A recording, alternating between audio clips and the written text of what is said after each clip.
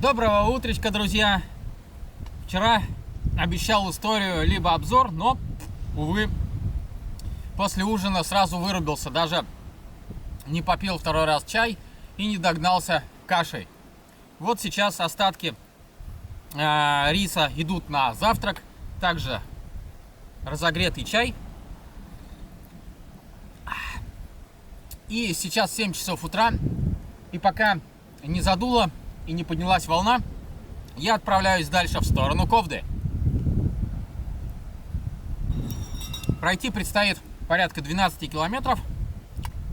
И если не раздует, то сегодня дойдем. Дойдем, закупимся и отойдем. Вот такое утро. Я люблю легкий ветерочек. Жарко. На море легкий бриз. Кайф.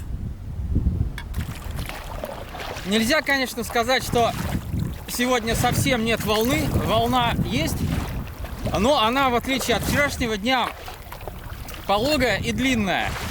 И лодка не упирается в нее как в стену, а хватает как бы геометрии запрыгнуть на волну и скатиться с нее. Тем самым скорость у меня не теряется.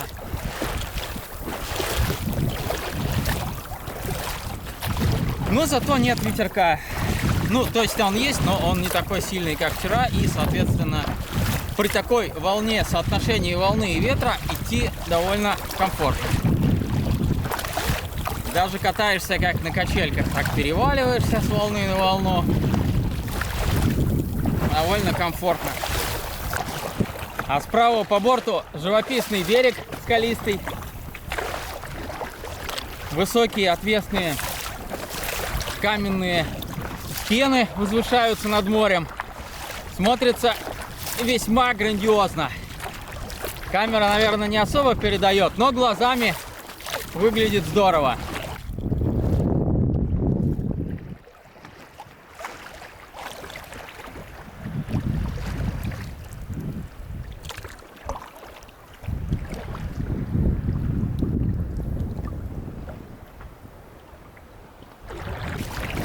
Вот у нас слева по борту вот появилась какая-то обозначуха на каменной скале, конструкция конусовидная. Это, видимо, означает вход в губу или в бухту.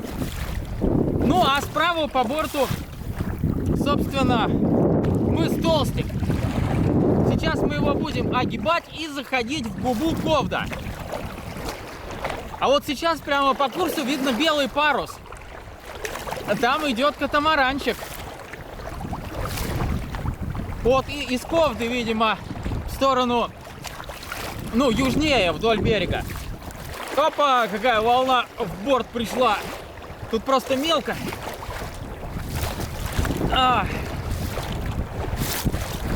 Также прямо по курсу остров Овечий.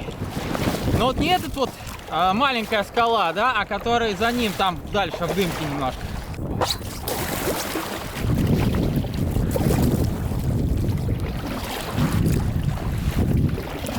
Жалко, мы с катамаранчиком разминулись, вон он уже практически уходит. А то можно было бы поздороваться, спросить, кто, куда, откуда, чего. А он и второй, кстати, их тут парочка. Хотя они, может быть, просто здесь в акватории гуляют, а может быть, идут тоже вдоль южного берега.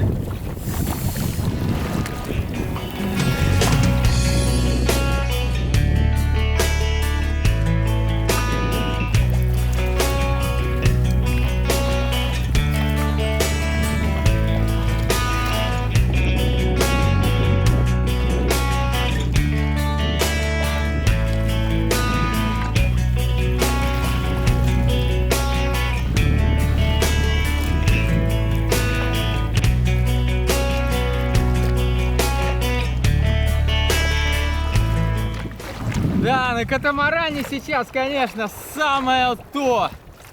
Ветер есть. Вон из-за скалы слева по борту кат вышел как раз. Вон он. Ну такой, не маленький. Или это даже яхта? Может быть, это даже яхта. Я отсюда, честно говоря... Нет, все-таки катамаран, наверное. Нет, катамаран. Вот, такой приличный. Метров 6, наверное. Может, 8 или 10. Ну, приличная посудина. Ей вот эти, конечно, волны абсолютно не страшны. Плюс парус.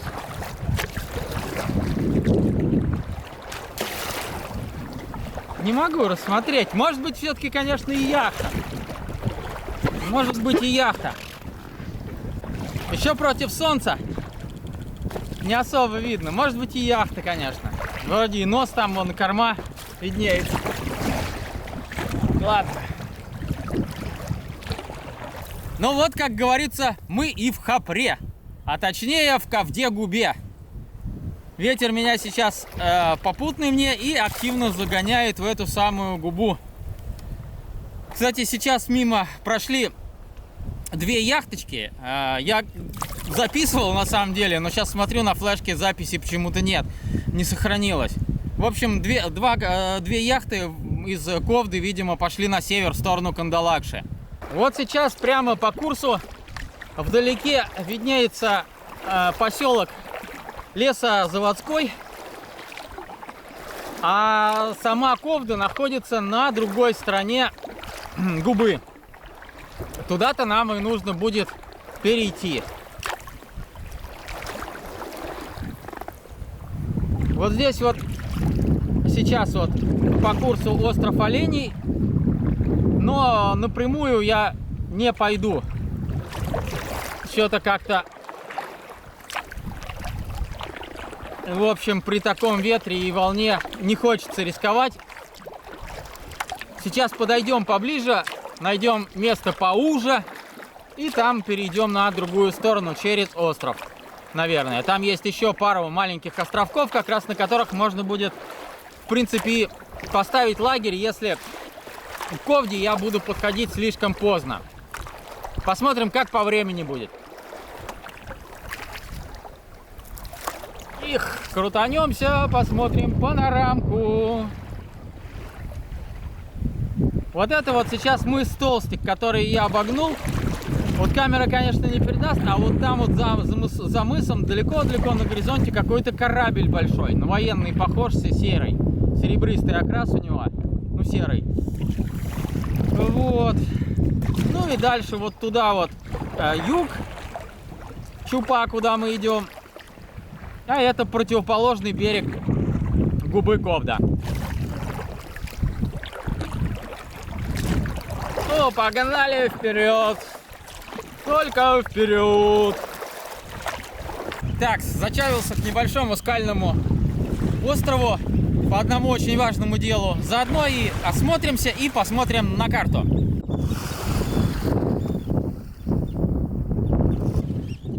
Так, ну остров, конечно, совсем крошечный.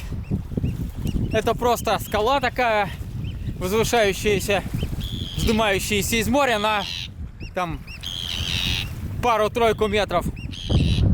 Пристанище, обиталище чаек. Их тут вон тьма кружится. Пищат, ворчат, орут, что я потревожил их покой. Ладно, сейчас свалю, не парьтесь.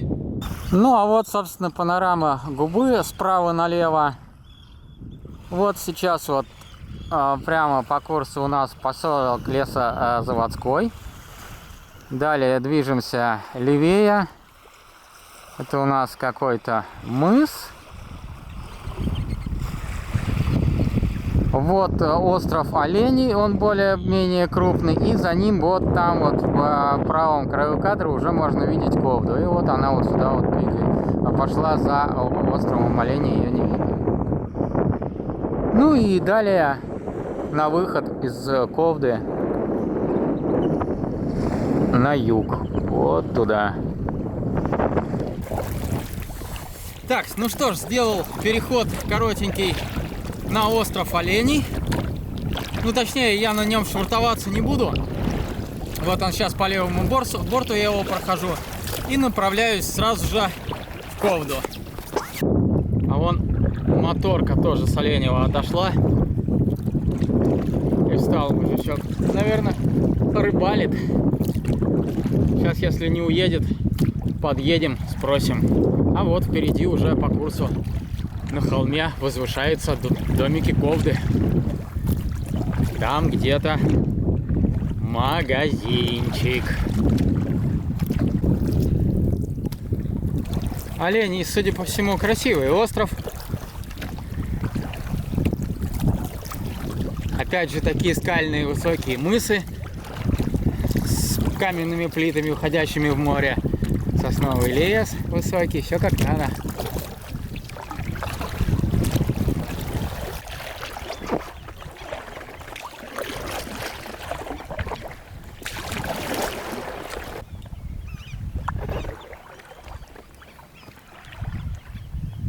Доброго дня! Как рыбалка? Нету? А вообще? Просто что-то у меня вообще не ловится ничего. Я иду, ну, вообще с Африканды, но вот все побережье, вот это вот и северное, вот до этой точки я пробовал ловить. Ну, не то, что я прям целенаправленно ловил, ну так вот, пока иду, кидаю, вообще ничего, ни одной поклевки даже. Я уже думаю, может, всю треску куда-то дели. Нет, есть рыба-то? Есть треска. Ну, значит, мне не везет. А на какой глубине примерно? Я где-то 6-8 вот так вот ловлю обычно. Я даже не знаю, как тут. Вы не по глубинам не смотрите, да? Просто где клюет, там и обычно туда и ходите, да? А не подскажете, магазинчик вот здесь вот где-то должен быть продуктовый на берегу? Вот здесь я не знаю, в Ковде есть что-нибудь. А вы не из Ковды, да? А, понятненько. Мы туристы. А, ну мы тоже. Ладно, не буду вас отвлекать, хорошей рыбалки. Пойду дальше. А вы откуда? А? А, Скандалакши. Ну, местные вы. Ну ладно, счастливо. Ну вот, как вы видели, я подъехал к рыбаку, который оказался рыбачкой. Хотел узнать насчет рыбы, но, видите, она не местная. Ну, в смысле, не из Ковда, а из Кандалакши. Говорит, рыба есть. И вполне себе ловится. Ну, вот, что-то мне не везет. Значит, как-то... Ой. Насчет магазина вопрос открытый. Ну, в принципе, до Ковды уже рукой подать. Сейчас доедем. И все сами увидим. Конечно, очень хочется, чтобы магазинчик все-таки был и работал. А не так, как с этим самым... Ой, Зеленоборским оказалось, что там... Не было ни кафе, ни магазина, только заправка. Потому что жуть как хочется чего-нибудь вкусненького. Сушек, баранок, вот чего-нибудь даже такого вообще организм требует. Ну вот хлеба, углеводы, потому что ничего хлебного я не ел, ну не считая лепешек, но оладушек точнее, но я их редко делаю, поэтому... Вот, шоколада каких-нибудь, ну что-нибудь вот такого. Колы хочется опять-таки с сухарями.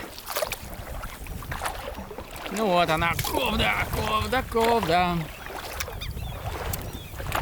Эх. Есть такая песня, знаете, у короля у щита: Северный флот, только вперед, ублюдки, поднять паруса на абордаж. Ой, вот как-то так. Эх, а Ковда-то совсем крошечный поселочек. Я даже здесь антенн связи не вижу. Но, видимо, они пользуются... добивает, да, деревни из леса заводского, который остался позади. Наверное, так, потому что должна же здесь быть зона связи. Но сейчас зачалимся, пойдем посмотрим магазин, заодно проверим, есть ли связь. Вроде как ЖД-станция здесь должна быть, но вообще не похоже. Буквально-то 20 домов там каких-то. И все.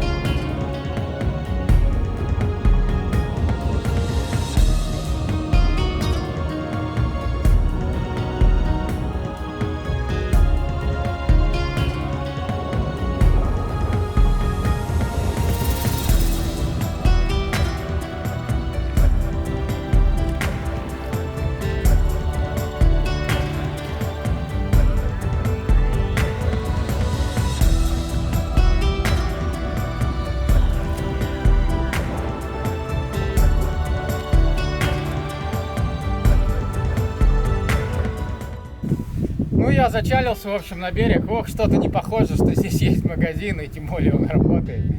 Вот, ну сейчас схожу, метка на карте стоит. Вот, раньше времени отчаиваться не будем, сходим, но что-то не похоже все-таки.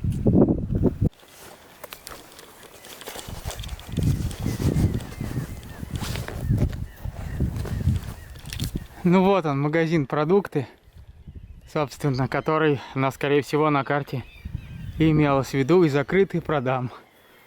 Да. В общем, печальное зрелище. Вот эти вот северные деревушки. Все тут давно развалилось и закончилось. Вот отделение связи. Да.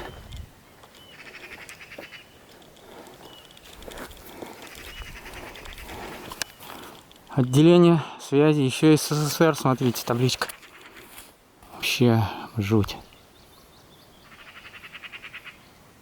Как и ожидалось, магазин оказался закрытым давно. Сюда приезжает в Ковду лавка с продуктами. И вот зашел в дом. Как вас зовут? Можно снять? А? Как вас зовут? Можно снять? Сергей. Сергею, вот, хотя бы сейчас возьму тару с водой с пресной. Спасибо ему огромное. Первый век, скажи, ни моста, ни воды, ничего. В 70-х годах все было. Ничего нету. Вон я смотрю, даже табличка еще из СССР на развалившемся этом висит. Да, у вас тут, конечно, это полный... Бардак. Ну, ему ничего не север умирает, как я говорю, да. Медленно, но верно. К сожалению, север медленно, но верно приходит в упадок. Никому ничего не нужно. Вода привозная, ничего, все привозное, ничего нет. Так, иди отсюда. И пошла. Фу. Иди нафиг отсюда. Иди, Ума. А вы здесь постоянно живете или вот дача у вас? Нет, мы нет. Собираемся. Могу на пенсию тогда. Стой, пока все ремонтируем все. Ага. А сами откуда? С Ковдора. Ковдор? Это что? Ковдор. Это здесь где-то? Я Ну, просто не слышу. 200, Ну, понятно. 230 километров отсюда. Ага. В сторону границы. Это на Мурманск идти, за Кандалакши. За полярными зорями налево, воротка. Ну, то есть, собственно, я почти где-то с тех краев и начинал, получается, да? Африкан даже недалеко, получается. Африкан, да. Не в сторону, ну да, в сторону, влево, да? В сторону границы. Понял. Вот Алакурти, от Алакуртинской по границе мы там живем. Ну, к великому сожалению, как и ожидалось, магазин давно закрыт. В таком маленьком селе, понятное дело, как сказал Сергей, здесь живет всего лишь на постоянной основе 5 семей, быть может. И, само собой, магазин держать невыгодно. Поэтому продукты привозят автобусиком и продают с машины, с колес. Так поступают во многих деревнях, даже более крупных. У нас в центральной полосе. Ну, а что говорить о погибающем севере. Но Сергей дал мне с собой в дорожку чуть-чуть вот конфеток с сушками и воды. Поскольку он приехал, говорит, на выходные всего лишь, что продуктов сами много не покупали, а то бы дал больше. Но я, естественно, как бы ничего не просил. Все-таки как-то это, не очень мне комфортно. Но вот добрые люди, как правило, конечно, сами предлагают. Вот, водичка мне очень пригодится, потому что впереди будут затяжные переходы. Здесь, кстати, ключиков нет. Он говорит, даже вода привозная. То есть здесь нет, вот дальше по курсу ни реки там, ни ключей, ничего. На самом деле вода доступна в 3 переходах дневных. В 3 дневных переходах. Это если 3 дня грести прям по километров 10. И тогда вот только вода будет. Если будет непогода сильная и придется сидеть на лагере, то вода, в общем, будет на весь золото. Ну, такие пироги. Сейчас съем вот бутербродик с сыром. Я Сергей сделал. И двинемся дальше в путь.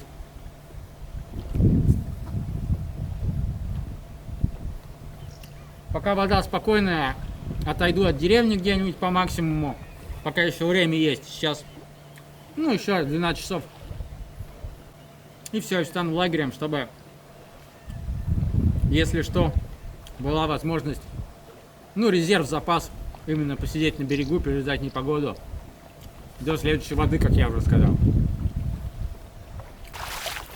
Вышел из поселка Ковда и двигаюсь дальше на юг. Жалько, конечно, что не удалось ничего купить, потому что больше вплоть до самой Чупы там вариантов никаких уже не будет, к сожалению. Придется довольствоваться тем, что у меня осталось. Не знаю, хватит ли этого, начинать ли экономить или не начинать экономить. В общем, буду разбираться по пути. Ковда, конечно, маленькое и полумертвое село, но не снимал, вот, но встретил там еще туристку из Питера. Девушку, она одна путешествует. Сейчас вот здесь остановилась, сняла комнату на несколько дней. Потом поедет на Кольский, на Рено Логан. Молодец, в принципе. Не боится, одна на обычной пузатерке. Ездит, путешествует. Ну и еще там стояло несколько машин, явно не дачников, а тоже туристов. Опять же, вот на лодке рыбачка мне попалась с кандалаша. То есть в Ковду приезжают, так сказать, погостить, по всей видимости, туристы.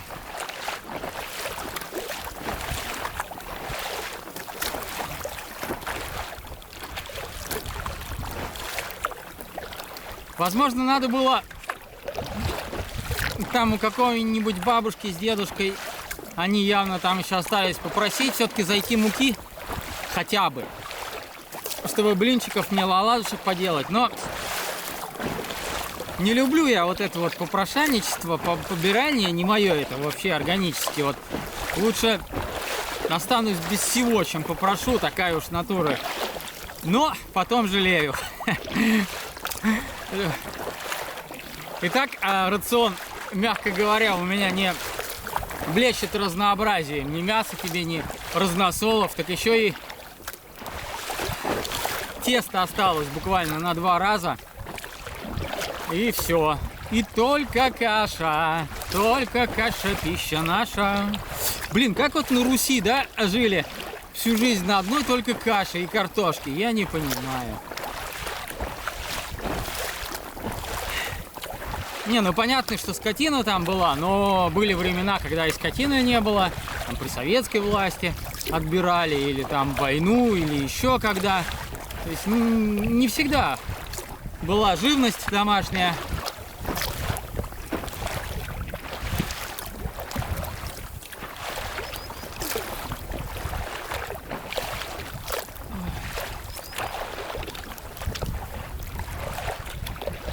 Так что... Ладно, это все мысли, так сказать, вслух. А пока солнце высоко, пока тепло, пока особо не дует, гребем вперед.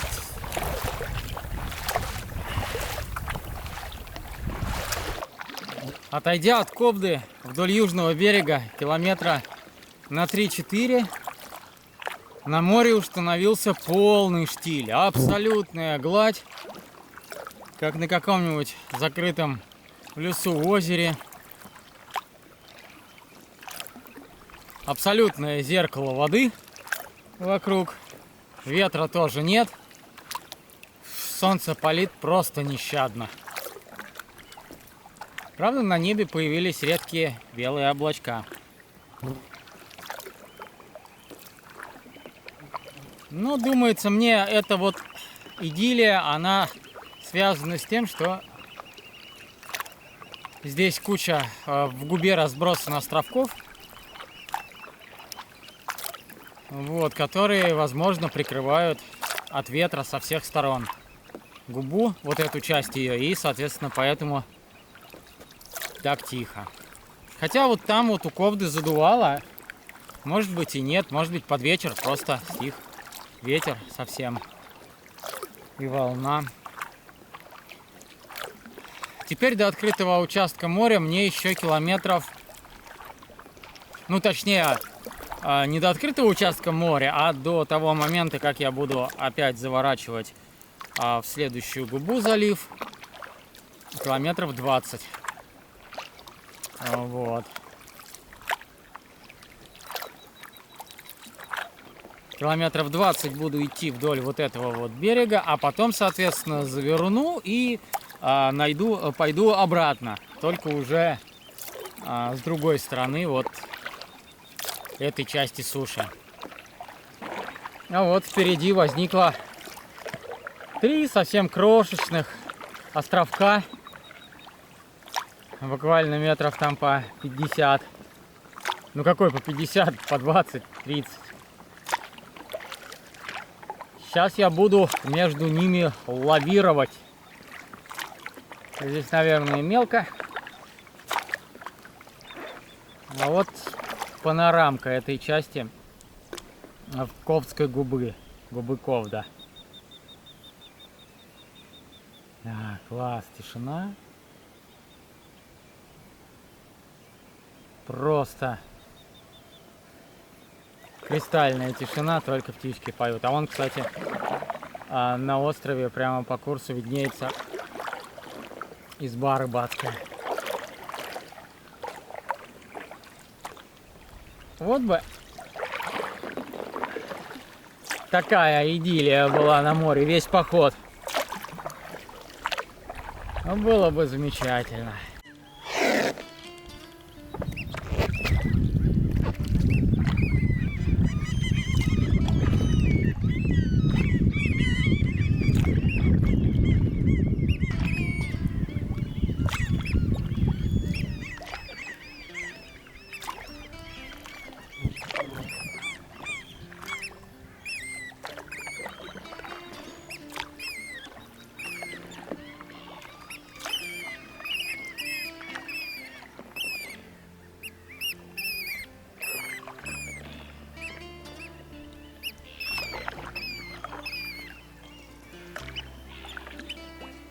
Вот сейчас проплываю между двумя как раз этими маленькими островками крошечными. Чайки разгалделись. А прямо по курсу вон там стая утят. Грациозно, медленно, вальяжно переплывают этот проливчик.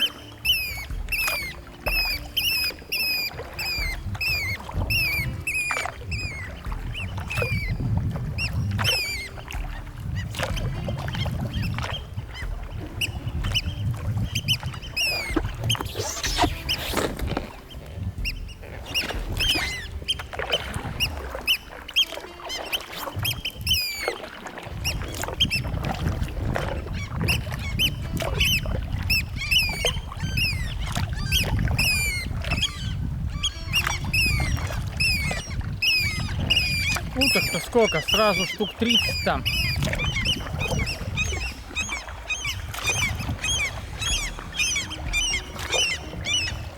Что-то не торопятся они взлетать. И не боятся совсем.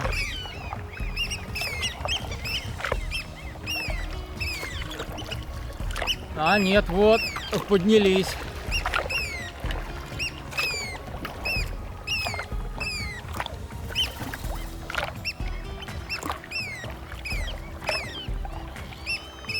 Слева, ну вот уже прямо еще один островок, такой же маленький. В общем, их тут целая россыпь.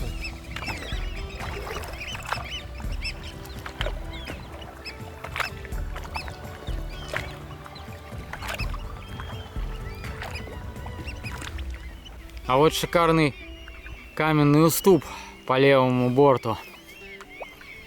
Красота. Сила.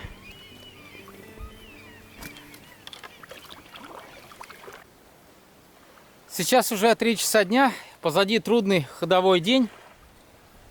На самом деле уже хочется пить, есть и отдыхать. И вот сейчас я нашел вроде бы стоянку. Если здесь будет приемлемо, то я заселяюсь. Давайте пойдем посмотрим,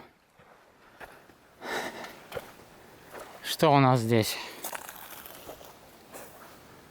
Ну, костровище завалено этими, ну, это все можно расчистить.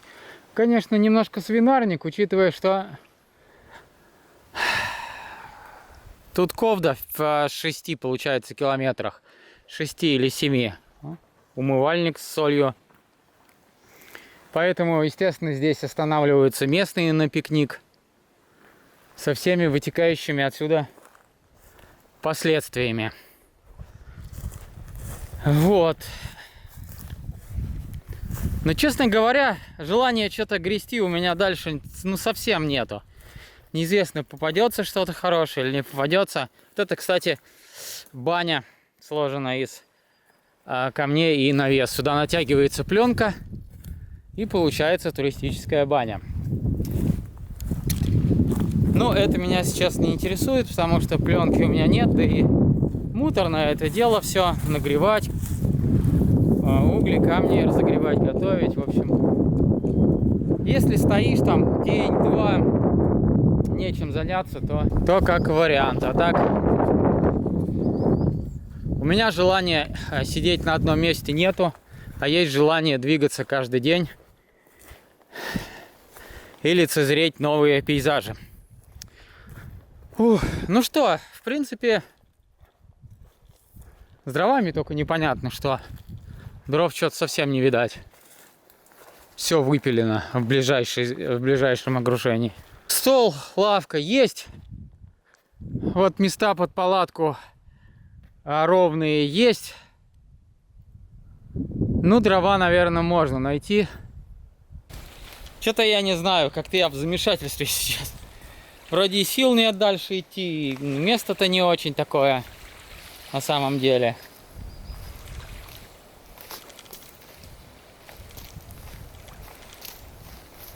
Не знаю.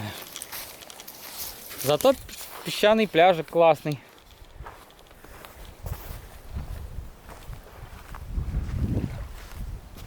О, лепота. Водичка, песочек, все чистенькое, классно. Сейчас буду думать. Чапай будет думать.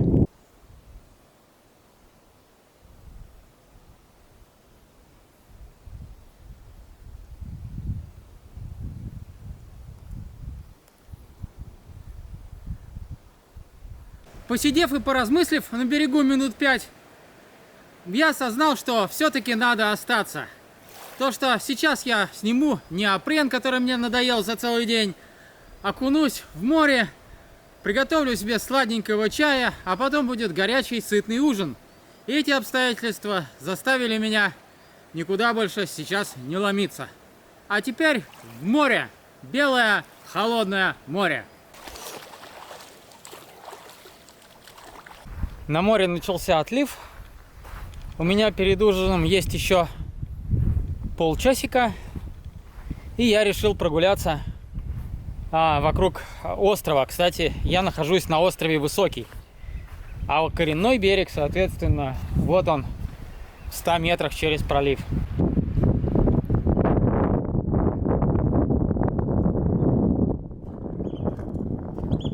Вот у нас тут с другой стороны, за мысиком, тоже пляж песчаный.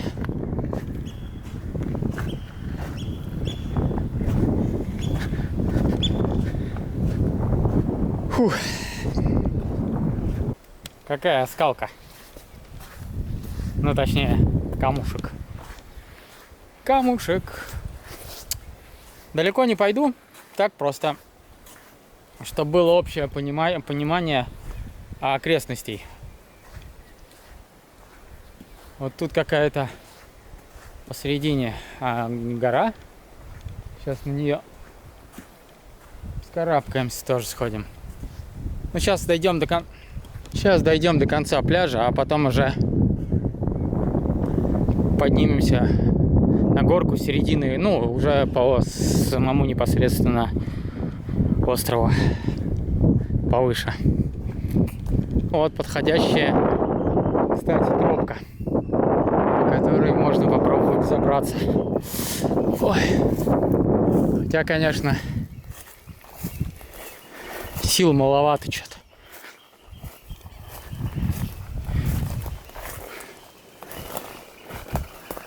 Все-таки для меня вставать в 7 часов утра это противоестественно. Не высыпаюсь я, хотя и лег рано вчера, и в принципе встал-то с ощущением бодрости, но вот под вечер уже часа в 4, в 5, к 6 начинает накрывать усталость, энергии уже нету.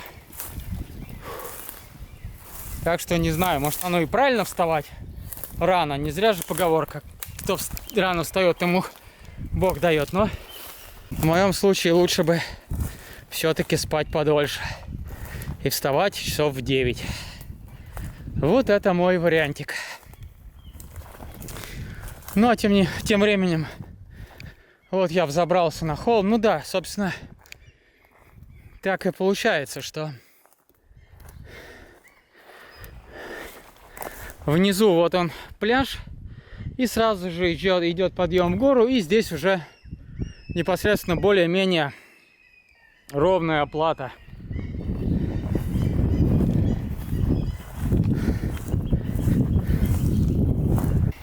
Ну, абсолютно понятно, что грибов здесь никаких искать не стоит, потому что весь мох, вот он, или вся трава, что тут, все высушено до состояния просто трухи. Естественно, что в таких условиях, в отсутствии влаги и пересушенности, грибы не появятся. Коряжина или корень, ну да, коряжина на какого-то зверя похоже. Вон рога торчат.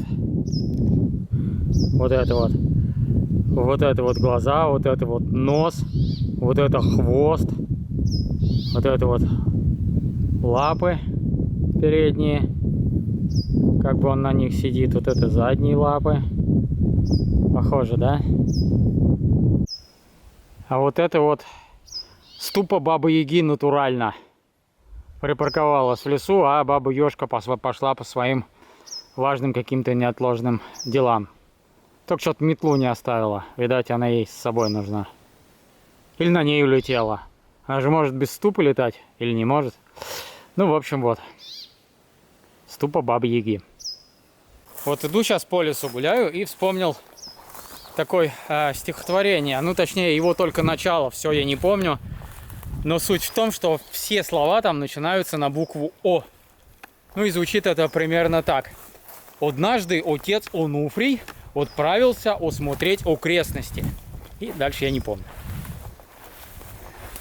Ну и все.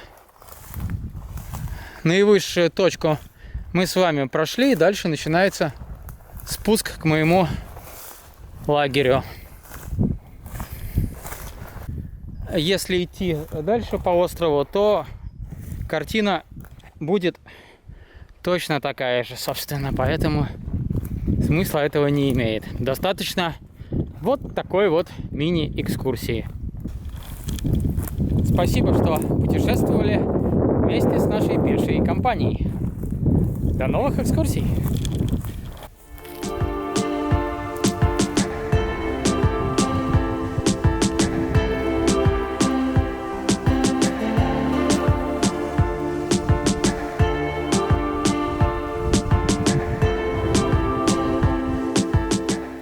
А вот ко мне на стоянку под вечер приехали, ну, либо местные рыбаки, либо туристы, и копают червя-пескожила.